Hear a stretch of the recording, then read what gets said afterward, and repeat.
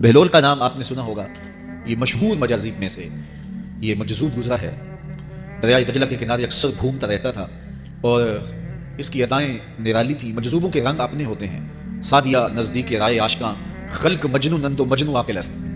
تو لوگ انہیں بے وقوف کہتی ہے، لیکن اہل عقل اور اہل تصوف انہیں دانا کہتے ہیں۔ اس لیے بہلول دیوانہ کہا جاتا تھا، لیکن بہلول دانا کہتے ہیں اہل خرد۔ یہ اصل حقیقی عقل تو ان کے پاس ہے جو در محبوب تک پہنچ گئے۔ راس الحکمہ تے مخافت اللہ، حکمت اور دانائی کا سر چشمہ اللہ کا خوف ہے۔ تو جس کو اللہ کا خوف جتنا زیادہ ہوگا وہ اتنا زیادہ دانا ہوگا۔ تو یہ لوگ اسی راستے کے مسافر ہوتے ہیں، اور کسی تجلی کے وفور سے شیشہ عقل ٹوٹ جاتا ہے تو پھر ان کی کچھ حرکتیں غیر مرتب ہو جاتی ہیں، تو لوگ سمجھتے ہیں یہ دیوانے ہو گئے ہیں۔ اصل تجلیات کے وفور سے ان کے ہوش ٹکانے نہیں رہے، لیکن ان کے دل پر وہی تجلیات منعکس ہوتی رہتی ہیں، تو انہیں دیوانے کہہ دیا جاتا ہے، لیکن حقیقت میں یہ دانا ہوتے ہیں۔ ان کے اندر کی دنیا مرتب ہوتی ہے، لیکن باہر کی دنیا غیر مرتب ہوتی ہے۔ اٹھنے بیٹھنے کا کبھی پتہ نہیں ہوتا، کھا لیا تو لے لیا، نہیں کھایا تو دو دن گزر گئے، پہننے کو کچھ میسر آ گیا تو ٹھیک ہے، نہ میسر آیا تو کئی دن گزر گئے۔ تو ان کو اپنے ظاہر کا خیال نہیں ہوتا، ان کی نظر مشاہدہ جمال پہ ہوتی ہے، اور پھر یہ دنیا سے اور اپنے آپ سے بھی بے گانے ہو جاتے ہیں، اور لوگ انہیں دیوانہ کہہ کے پکارتے ہیں۔ بہلول بھی اسی قبیلے کا فرد تھا، دجلہ کے کنارے مٹی کے گھروندے پاؤں پہ بناتا ہے اور انہیں مسمار کر دیتا ہے۔ وہ کبھی آپ نے دیکھا ہوگا کہ بچے ریت میں اپنا پاؤں رکھ کر کے اوپر سے ریت تھپک لیتے ہیں اور پھر پاؤں ہولے سے نکال لیتے ہیں، بچ جائے تو بڑے خوش ہوتے ہیں، اور جب کھیل ختم ہو جاتے ہیں تو اسے گرا دیتے ہیں اپنے ہاتھوں سے۔ بہلول بھی اسی شغل میں لگا ہوا ہے۔ بہلول یہ کام کر رہا ہے، گروندے بناتا ہے، گراتا ہے، گروندے بناتا ہے، گراتا ہے۔ بادشاہ گزرا، پوچھا بہلول کیا کر رہے ہو؟ ہنس کے کہا جنت کے مکان بنا رہا ہوں۔ کہا بیچتے ہو؟ ہاں بیچتا ہوں۔ کتنے کا؟ 10 روپے کا، سیل لگائی ہوئی ہے۔ بادشاہ مسکرا کے گزر گیا، دیوانہ ہے، مجنون ہے، اپنی موج میں لگا ہے۔ پیچھے سے ملکہ زبیدہ بھی آ رہی تھی، اس نے بھی دیکھا، کہا بہلول کیا کر رہے ہو؟ کہا جنت کے مکان بنا رہا ہوں۔ کہا بیچتے ہو؟ ہاں 10 روپے کا بیچتا ہوں۔ 10 روپے بادشاہوں کے لیے کیا ہوتے ہیں؟ 10 درہم نکالے، اس کو دیے، اس نے دریائے دجلہ میں پھینک۔ فقیر اتنی دیر تک فقیر نہیں بنتا، داتا صاحب فرماتے جب تک مٹی کا ڈھیلا اور سونے کی ڈلی اس کی نظر میں برابر نہیں ہو جاتا۔ اور ایک مکان کے گرد، ایک وہ گروندے کے گرد دائرہ لگایا، کہا یہ تیرا ہوا۔ ملکہ گزر گئی، بادشاہ بھی چلا گیا، شام کو اپنے محل میں پہنچے۔ بادشاہ سویا، منظر جگہ کہ حشر کا دن ہے، پھر جنت کا منظر ہے، جنت میں بڑے بڑے خوبصورت مکان ہیں۔ ایک مکان تو بڑا ہی اچھا لگا، تو جی چاہا کہ اس مکان کو دیکھوں۔ تو جب قریب گیا تو دروازے پہ لکھا تھا ملکہ زبیدہ۔ شوق سے آگے بڑھا تو دربان نے روک دیا، کہا یہ ملکہ کا ہے۔ کہا وہ میری ہی ملکہ ہے۔ کہا دنیا کے ضابطے اور آخرت کے ضابطے اور ہیں۔ بادشاہ کی آنکھ کھل کے بے چین ہو گیا، ملکہ کو بیدار کیا، کہا تو کون سا نیک عمل کیا ہے؟ میں نے جنت میں تیرا یوں حال دیکھا۔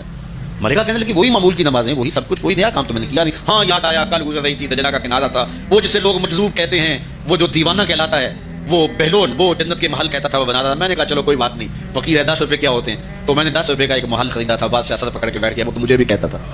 میں دیوانے کی بات سمجھ کے گزر گیا۔ اگلے دن بادشاہ قصدن گزرا۔ جب قصدن گزرا نا تو دل دھڑک رہا تھا کہ کہیں مجذوب پھر آج مل جائے اور اسی موج میں ہو تو کام بن جائے۔ دیکھا تو بہلول وہاں بیٹھا ہوا ہے، آگے بڑھ کے دیکھا تو کام بھی ہوگی۔ بادشاہ پھر ہو گیا، پوچھا بہلول کیا کر رہے ہو؟ اب دل دھڑک رہا تھا کہ مجذوب ہے، کوئی اور بات کہتے تو چلو اچھا ہو کہ وہی جواب دے دے۔ اس نے وہی جواب دیا، جنت کے محل بنا رہا ہوں۔ بادشاہ کا کچھ دل ٹھہرا، پھر کہا اچھا بیچتے بھی ہو؟ ہاں ہاں بیچنے کے لیے بنا رہا ہوں۔ بادشاہ تو جیب میں ہاتھ ڈال رہا ہے اور ادھر پوچھا کتنے کا؟ کہا آدھی حکومت لگے گی۔ کہا کل تو 10 روپے کے بتا رہے تھے۔ کہا کل تم نے دیکھا نہیں تھا، آج سودا دے کے لے رہے ہو۔ اللہ تعالیٰ ارشاد فرماتا ہے انما تنذر من اتبع الذکر وخشی الرحمن بالغیب، جو انڈٹھے سودے کرتے ہیں، جو بغیر دیکھے کرتے ہیں۔ کہ مزار پہ حاضر ہوا تو حضرت جنید بغدادی اور حضرت شیخ شبلی کے مزار پہ، حضرت ذوالنون مصری کے مزار پہ اور دیگر مزار، یہ سارے دجلہ کے کنارے واقع ہیں۔ تو وہاں بچے کھیل رہے تھے، تو ہم نے ان بچوں سے پوچھا کہ یہاں کوئی اور مزار بھی ہے؟ تو انہوں نے اشارہ کر کے بتایا کہ آپ اس سمت جائیں تو آگے بہلول دانا کا مزار ہے۔ تو شوق تھا تو ہم وہاں گئے، تو بہلول دانا کا مزار تھا، باہر لگا ہوا تھا بورڈ، تو شکستہ سا مزار تھا، ہم اندر داخل ہو گئے۔ تو میں نے بہلول دانا کی قبر دیکھی کہ اس کی قبر کے اوپر جو غلاف پڑا ہوا تھا وہ بھی آدھا تھا اور پھٹا ہوا تھا۔ میں نے کہا فقیروں کی جو علامتیں ہوتی ہیں وہ مرنے کے بعد بھی پائی جاتی ہیں، آج بھی مجذوبیت کا رنگ اس کی قبر پہ نمایاں ہے۔ اور میں نے دوستوں کو کہا جو میرے ساتھ تھے، میں نے کہا دیکھو وہ جو ہوتے ہیں نا مجذوب، بعض کا کپڑے بھی وج بھی ہوتے ہیں ان کے اوپر، تو یہ دیکھیے کہ اس کا غلاف بھی جو ہے وہ آدھا ہے اور وہ بھی جگہ جگہ سے پھٹا ہوا ہے، تو اس کی قبر بھی اس کے جذب کی کہانی سنا رہی ہے۔ تو یہ دریائے دجلہ کے کنارے گھومتا تھا اور لوگ اس سے ملتے تو جو اس کی زبان سے نکلتا وہ پورا ہو جاتا۔ تو ایک دن دریائے دجلہ کے کنارے یہ گھوم رہا تھا کہ ہارون رشید اپنے مکان کی، اپنے محل کی چھت پہ ٹہلتے ٹہلتے بہلول کو دیکھتا ہے۔ وہ خادموں کو کہا کہ ذرا اسے میرے پاس حاضر کرو۔ شاہی حکم نامہ تھا، جو چھت کے اوپر خادم تھے انہوں نے اوپر سے ڈولی پھینکی اور نیچے والوں کو اشارہ دیا، انہوں نے بہلول کو پکڑا اور ڈولی میں رکھ لیا، اوپر والوں نے رسیاں کھینچ لی۔ 2 لمحوں کے بعد بہلول بادشاہ کے سامنے تھا۔ تو بادشاہ نے بہلول سے کہا کہ بہلول ایک بات تو بتاؤ۔ کہا پوچھئے۔ کہا آپ خدا تک کیسے پہنچے ہو؟ تو بہلول نے مسکرا کے کہا جیسے آپ تک پہنچا۔ علامہ اقبال نے جو مرد کلندر کی نشانیاں بتائی ہیں، ان میں سے ایک نشانی یہ ہے بات میں سادہ و آزادہ، معانی میں دقیق، کہ اس کی بات بہت لمبی اور لچھے دار اور گچھے دار نہیں ہوتی، سیدھی سیدھی بات ہوتی ہے لیکن سیدھی روح میں اترتی ہے، مختصر اور جامع کلام کا حامل ہوتا ہے اللہ کا بندہ۔ تو کہا کہ بادشاہ جیسے آپ تک پہنچا، تو بادشاہ کا تو خیال تھا کہ کوئی بڑی باریک بینی سے کوئی فلسفہ بتائے گا، لیکن یہ 2 لفظوں میں اس نے کہہ دیا جیسے آپ تک پہنچا۔ بادشاہ نے کہا میں نہیں سمجھا۔ کہا بات تو سادہ سی ہے، تیری عقل میں نہ آئے تو میں کیا کہہ سکتا؟ کہا حضرت آپ سمجھا دیجیے۔ تو بہلول نے کہا کہ حضرت میں خود آنا چاہتا تو دیوان خانے میں جاتا، درخواست لکھ کے لے جاتا، پھر جمع ہوتی، پھر کئی واسطوں سے ہوتے ہوئے آپ تک پہنچتی، آپ پھر مجھے وقت دیتے ملاقات کا، 6 ماہ بعد، سال بعد، اس وقت پہ میں تیار ہو کے ملاقات کرنے آتا، آپ کے کوئی شاہی مہمان آ جاتے تو پھر ملاقات منسوخ ہو جاتی، پھر بھی آپ کی مرضی ملاقات ہوتی نہ ہوتی، میں چاہتا تو مہینے سال لگ جاتے، لیکن ملاقات پھر بھی آپ کی مرضی پہ، اور جب آپ نے چاہا ہے تو 2 گھڑیاں بھی نہیں لگی۔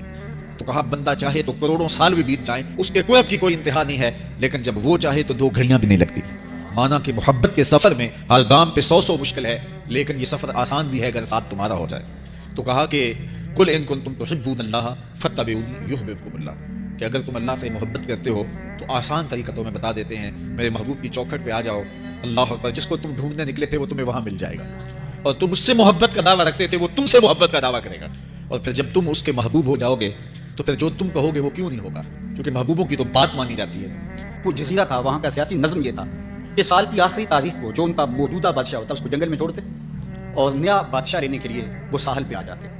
جو پہلا شخص ساحل پہ اترتا اس کو اپنا حکمران مان لیتے، جو بھی حکمران بن جاتا وہ خوش ہو جاتا، حالانکہ اس کو بتا دیتے کہ 1 سال کے لیے تجھے منتخب کیا ہے، سال کی آخری تاریخ کو تخت سے اٹھائیں گے، باندھیں گے، جکڑیں گے، اور اسی جزیرے کے دوسرے کنارے ایک جنگل ہے جہاں خاصدار جھاڑیاں اور موذی جانور وہاں تجھے پھینک دیں گے۔ وہ بھول جاتا، کہتا دیکھی جائے گی، اور سال کی آخری تاریخ جب وہ رسیاں اور زنجیریں لے کے آتے تو وہ پریشان ہو جاتا کہ آنکھ چپکنے میں سال گزر گیا پتہ ہی نہیں چلا، پھر روتا ہوا چیختا ہوا اس جنگل میں جاتا اور لوگ اس کو چھوڑ کے آ جاتے اور درندوں کا رزق بن جاتا، اور جو بھی آتا اس نے کبھی انکار نہیں کیا تھا۔ پہلی بار ایسا ہوا کہ جس شخص کو انہوں نے ہار ڈالے، گارڈ آف آنر دیا، تعظیم تکریم دی، سیلوٹ کیا، اس نے کہا یہ سب کیا ہے؟ کہا کہ آج کے بعد تو ہمارا حکمران ہے۔ کہا میں تو امور سلطنت نہیں جانتا، میں تو تاجر آدمی چیزیں بیچنے آیا ہوں۔ کہا کہ ہمارا اصول یہی ہے کہ سال کی پہلی تاریخ کو پہلا شخص جو جزیرے پہ قدم رکھتا ہے وہ ہمارا حکمران ہوتا ہے۔ اس نے کہا میں تو امور سلطنت کو نہیں جانتا، تو یہ کس طرح ذمہ داری قبول کر سکتا ہوں؟ انہوں نے کہا کہ تمہیں کرنا ہوگی، اس کے علاوہ کوئی راستہ نہیں ہے، ہمارا یہ قانون ہے، ضابطہ ہے، اور یہ بھی بتا دیں کہ سال کی آخری تاریخ کو تجھے اسی جنگل کے دوسرے کنارے چھوڑائیں گے جہاں موذی جانوروں کا رین بسیرا ہے۔ تو اس نے کہا اگر انجام اتنا دردناک اور خطرناک ہے پھر تو میں بالکل جانے کے لیے تیار نہیں ہوں۔ تو انہوں نے کہا تو چاہے نہ چاہے باندھ کے بھی تخت پہ بٹھانا پڑا تمہیں بٹھائیں گے۔ اس نے کہا اچھا مجھے یہ بتاؤ کہ سال بعد میری بات مانو گے یا نہیں؟ اس نے کہا کہ ہاں، قانون میں تو ترمیم نہیں کر پائے گا، لیکن یہ ہوگا کہ تیرے انتظامی حکم ہم ماننے پہ مجبور ہیں۔ اس نے کہا ٹھیک ہے، میں تمہارا حکمران بننے کے لیے تیار ہوں۔ رومی بولتے ہیں کہ جب بھی کوئی شخص تخت نشین ہوتا تو وہ بھول جاتا کہ میرے 7 سال کی آخری تاریخ میں کیا ہونے والا ہے، وہ عیش و عشرت کرتا اور یوں وقت گزارتا، سال کی آخری تاریخ آنکھ چپکنے میں آ جاتی، لیکن یہ پہلا شخص تھا تخت نشین ہوتے اس نے پہلا حکم نامہ جاری کیا کہ کمانڈوز بلائے جائیں، بلائے گئے، کہا اس جنگل میں چلے جاؤ جہاں تم بادشاہوں کو پھینک کے آتے ہو اور وہاں کے موذی جانور کاٹ ڈالو۔ پھر بلدیہ کے ملازمین بلائے، کہا جاؤ جا کے وہاں کی جھاڑیاں کاٹو۔ پھر معمار بلائے، کہا جا کے وہاں محل تیار کرو۔ کچھ لوگوں کو بلایا، کہا جا کے وہاں پھول لگاؤ، پھلدار درخت لگاؤ، سایہ دار شجر لگاؤ۔ پوری حکومتی مشینری اس جنگل کو کٹوانے، وہاں کے موذی جانور قتل کروانے اور وہاں خوبصورت محل بنوانے، کنویں کھدوانے اور پھلدار درخت لگوانے میں صرف کر دی۔ اب سال کی آخری تاریخ کو جب وہ زنجیریں لے کر آئے تو اس نے کہا کہ مجھے کیوں جکڑتے ہو، میں خود جانے کے لیے تیار ہوں، اس لیے کہ یہ اس تخت پہ آرام سے نہ بیٹھا، یہاں بیٹھ کے تیاری وہاں کی کرتا رہا جہاں اس نے جانا تھا۔ کافر اور فاسق دنیا کے تخت پہ عیش کرتا ہے، بھول جاتا ہے کہ میں نے کہاں جانا ہے، اور صالح مومن اس تخت پہ آرام سے نہیں بیٹھتا، جہاں جانا ہے اس کے لیے تیاری کرتا رہتا ہے۔ اور جب جنازہ اٹھتا ہے تو وہ کہتا ہے اجلوا بی ولا تؤخروا بی، دیر نہ کرو مجھے جلدی لے جاؤ، میرا تو وہاں انتظار ہو رہا ہے۔ اور پھر جب وہ وہاں پہنچتا ہے تو القبر روضۃ من ریاض الجنہ، وہ جنت کے باغوں میں سے باغ بن چکی ہوتی ہے، وہ سارے تھور، ساری جھاڑیاں، ساری آگ اور وہاں کے سارے بھڑکتے ہوئے شعلے بجھا چکا ہوتا ہے اپنے اعمال کے لشکر بھیج بھیج کے۔ ہم نے دیکھنا ہے کہ ہم یہاں آخرت کے لیے کچھ بھیج رہے ہیں کہ یہیں سب کچھ لٹا رہے ہیں۔ دنیا کے مختلف ممالک میں جانا ہوتا ہے، تو ایک دفعہ میں اٹلی گیا تو وہاں ایک شہر میں مجھے کچھ دوست لے گئے، تو وہ چھوٹا سا گھر تھا، تو 20 سے 30 لوگ وہاں رہ رہے تھے۔ تو میں بڑا حیرت زدہ ہوا، تو میں نے کہا کہ آپ یہاں تنگ سی جگہ پہ 20-25 لوگ رہ رہے ہیں تو اتنی مشکل میں کیوں رہ رہے ہیں، تو کوئی بڑا سا گھر خرید لیں، آسودہ رہیں۔ تو انہوں نے کہا کہ جناب آپ ہمارے علاقے میں جا کے دیکھیں، 5-5 کنال کے گھر ہم نے وہاں شروع کیے، ہم یہاں کمائی کرنے آئے ہیں، عیش کرنا تھوڑے آئے ہیں، ہم تو چند سالوں کے لیے آئے ہیں، اس لیے ہم یہاں سے کماتے ہیں، بیچتے وہاں ہے جہاں ہم نے ہمیشہ جا کے رہنا ہے۔ میں نے کہا یہی تو میں سمجھانے آیا ہوں، جہاں جتنا رہنا ہے وہاں کا انتظام بھی اس حساب سے کرو۔ حضور نے فرمایا کن فی الدنیا کاننا کا غریب اور عابر السبیل، دنیا میں ایسے رہو جس طرح مسافر اجنبی رہتا ہے، دنیا پر جینا لگا کے بیٹھ جاؤ، چند دن کے لیے آئے ہو، یہ آخرت کی کھیتی ہے، دارالعمل ہے، وہ آخر دارالجزا ہے۔ تو قبل اس سے کہ وہ وقت آئے ہاتھ مالتے رہ جائیں، توبہ کا در کھلا ہے،